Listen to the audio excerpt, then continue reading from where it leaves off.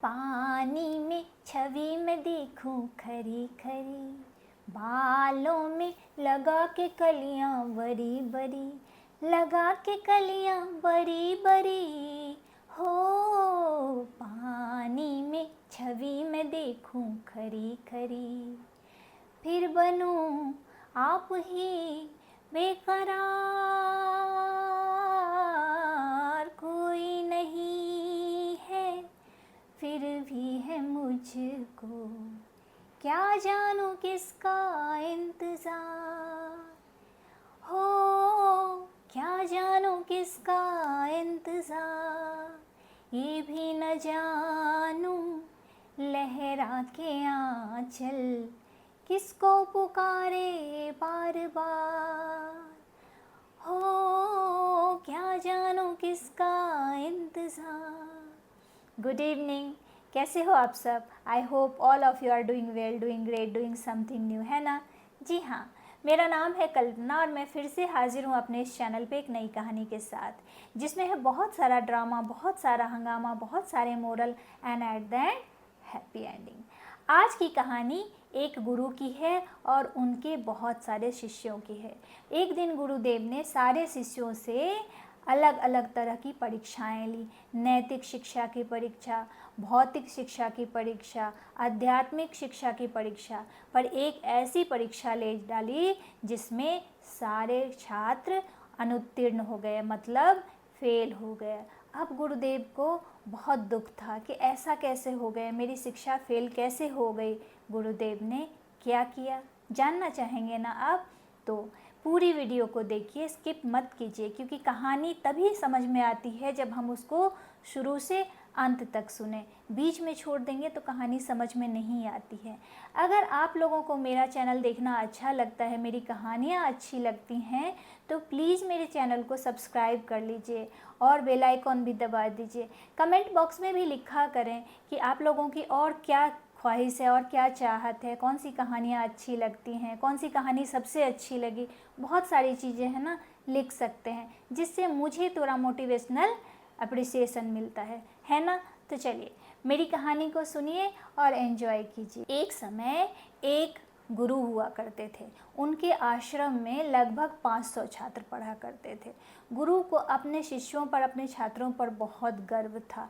वो अपने हर छात्र को एक समान शिक्षा देते, सबके साथ एक समान व्यवहार करते। हालांकि उनमें बहुत सारे शिष्य ऐसे थे जो ब्राह्मण थे, बहुत सारे शिष्य ऐसे थे जो क्षत्रिय राजकुमार थे, बहुत सारे छात्र ऐसे थे जो गरीब घर से आए थे, लेकिन गुरुदेव सबके साथ एक जैसा व्यवहार करके ये साबित कर चुके थे कि वही सच्चे गुरु हैं। और सारे छात्र भी गुरुदेव से बहुत स्नेह और प्रेम रखते थे, उनका बड़ा आदर सम्मान किया करते थे। इधर गुरुदेव की एक बेटी थी जिसका नाम था सुकन्या। सुकन्या देखने में जितनी सुंदर थी, उसका दिमाग कंप्यूटर से भी ज़्यादा तेज़ था। वो बहुत समझदार और बुद्धिमान थी। गुरुदेव कभी कभी अगर अनुपस्थित होते थे आश्रम में, तो सुकन्या बाकी छात्रों का परीक्षा भी लेती थी और उन्हें पढ़ाया भी करती थी। गुरुदेव को अपनी बेटी पे बड़ा नाज था और गुरुदेव के मन में हमेशा ये चिंता बनी रहती थी कि सुकन्या के योग्य वर मैं कहाँ से ढूंढूं। और समय बीत रहा था। धीरे धीरे सुकन्या विवाह योग्य हो गई और गुरुदेव ने सुकन्या के लिए वर ढूंढना शुरू किया। वह हर दिन अलग अलग राज्यों में जाते और सुकन्या के लिए उचित वर ढूंढने की कोशिश करते। राजकुमार से मिलते, उनसे बात करते, उनके बारे में जानने की कोशिश करते, लेकिन वो सुकन्या के लिए उपयुक्त उन्हें नहीं लगता था। ऐसा करते हुए गुरुदेव को बहुत समय बीत गया और बहुत सारे राजकुमारों को देखने के बाद गुरुदेव ने यही निश्चय किया कि मेरे 500 छात्र जो हैं, हो सकता है उनमें से ही कोई ऐसा योग्य हो जो मेरे सुकन्या के लिए उपयुक्त हो। ऐसा सोच के उन्होंने अपने 500 छात्रों की परीक्षाएं लेनी शुरू कर दी।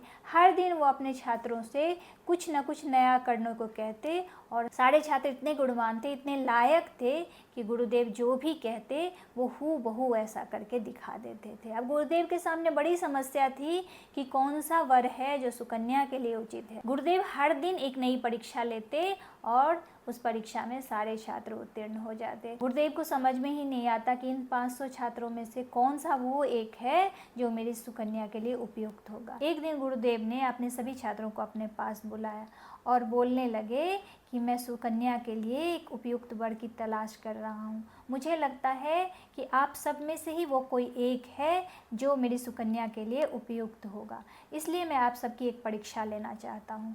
सारे छात्र चुपचाप खड़े थे और गुरुदेव के आदेश का इंतजार कर रहे थे।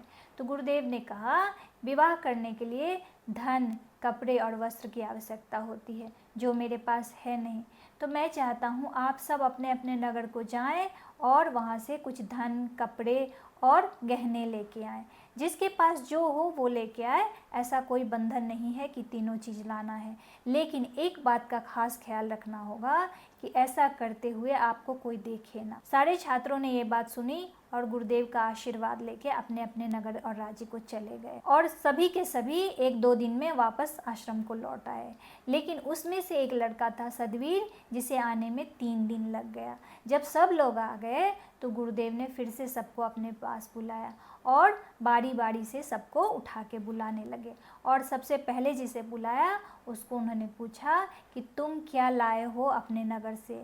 वो एक राजकुमार था। वो बहुत सारे गहने और बहुत सारा धन और बहुत सारे कपड़े लेके आया था। बोला, गुरुदेव मैं ये सब चीज़ें लेके आया हूँ। गुरुदेव ने कहा, तुम्हें ऐसा करते हुए किसी ने देखा तो नहीं? उसने कहा, गुरुदेव मैं बहुत सावधान था, मैंने बड़ी सावधानी से ये चीज़ें निकाली हैं, ऐसा करते हुए मुझे किसी ने नहीं देखा। गुरुदेव ने कहा, ठीक है, तुम साइड में बैठ जाओ। फिर गुरुदेव ने किसी और को बुलाया, उससे पूछा, तुम क्या लेके आए हो? वो एक गरीब ब्राह्मण था, उसके पास ज़्यादा कुछ नहीं था, थोड़े रुपये पैसे थे और 1-2 गहने थे। उसने कहा, गुरुदेव बस इतना ही हो पाया। गुरुदेव ने कहा, कोई बात नहीं, लेकिन तुम्हें ऐसा करते हुए किसी ने देखा? उसने कहा, गुरुदेव नहीं, मैं बहुत सावधान था, मुझे भी किसी ने नहीं देखा। गुरुदेव ने कहा, ठीक है, तुम साइड बैठ जाओ। ऐसा करते करते गुरुदेव ने लगभग सारे छात्रों को अपने पास बुलाया और सबसे पूछा। सब कुछ न कुछ लेके आए थे और सब ने यही उत्तर दिया कि मुझे ऐसा करते हुए किसी ने नहीं देखा, क्योंकि मैं बहुत सावधान था। लगभग सभी छात्रों को बुलाने के बाद एक छात्र बैठा था जिसका नाम था सदवीर। गुरुदेव ने उसे अपने पास बुलाया और कहा, सदवीर तुम अपने साथ क्या लाए हो? सदवीर ने कहा, क्षमा कर दीजिए गुरुदेव, मैं आपकी आज्ञा पाकर अपने नगर को गया तो था, लेकिन मैं आपकी आज्ञा का पूरा पालन नहीं कर सका, क्योंकि मैं अपने साथ कुछ नहीं लाया हूँ। सदवीर एक बहुत बड़े राजा का बेटा था। तो गुरुदेव ने पूछा, ऐसी कौन सी बात हो गई कि तुम ऐसा कर न सके?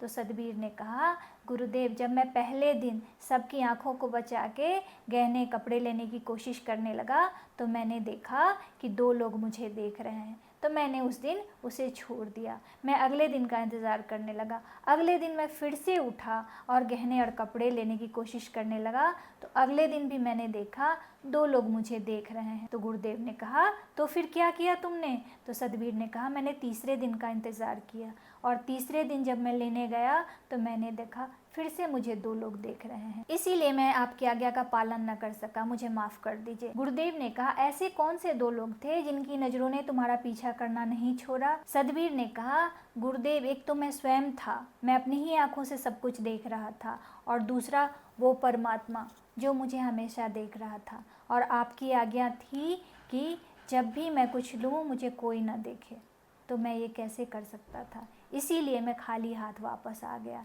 अब आपको मुझे जो भी सज़ा देनी है दे सकते हैं, क्योंकि मैंने आपके आज्ञा का पालन नहीं किया। सब लोग सोचने लगे अब गुरुदेव बहुत क्रोधित हो जाएंगे, लेकिन ये क्या, गुरुदेव का चेहरा कमल की तरह खिल गया। गुरुदेव ने कहा, मुझे वो योग्य वर मिल गया जिसकी मुझे तलाश थी। तुम वही हो सदवीर, मैं तुम्हारे जैसा ही लड़का अपनी सुकन्या के लिए ढूंढ रहा था। तुम सत्य में एक नैतिक पुरुष हो। तुमने इस बात को समझा कि गुरुदेव की आज्ञा से भी बड़ा अपनी आत्मा की पुकार है। हम कुछ भी कर रहे होते हैं, अच्छा या बुरा, भले ही हमें कोई ना देख रहा हो, लेकिन आत्मा और परमात्मा सदैव वो देखती है। इस बात को कभी नहीं भूलना चाहिए, और सदवीर ने इस चीज़ को नहीं भूला। उसने वो काम नहीं किया जिसके लिए उसकी आत्मा ने उसे सपोर्ट नहीं किया।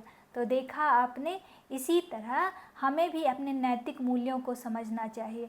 किसी का भी ऑर्डर हो, किसी का भी आदेश हो, लेकिन अपना एक अलग मॉडल होता है, अपने अंतरात्मा की एक पुकार होती है, उसे सुनना बहुत ज़रूरी है। अगर हम उसे इग्नोर करके किसी के आज्ञा का पालन करते हैं तो वो सर्वथा अनुचित है। इसी आशा और उम्मीद के साथ कि मेरे बच्चों ने एक नया लेसन सीखा, यूं ही हंसते रहिए, मुस्कुराते रहिए और बने रहिए मेरे चैनल पर मेरे साथ। तब तक के लिए मैं आप सबसे विदा लेती हूँ। जय हिंद।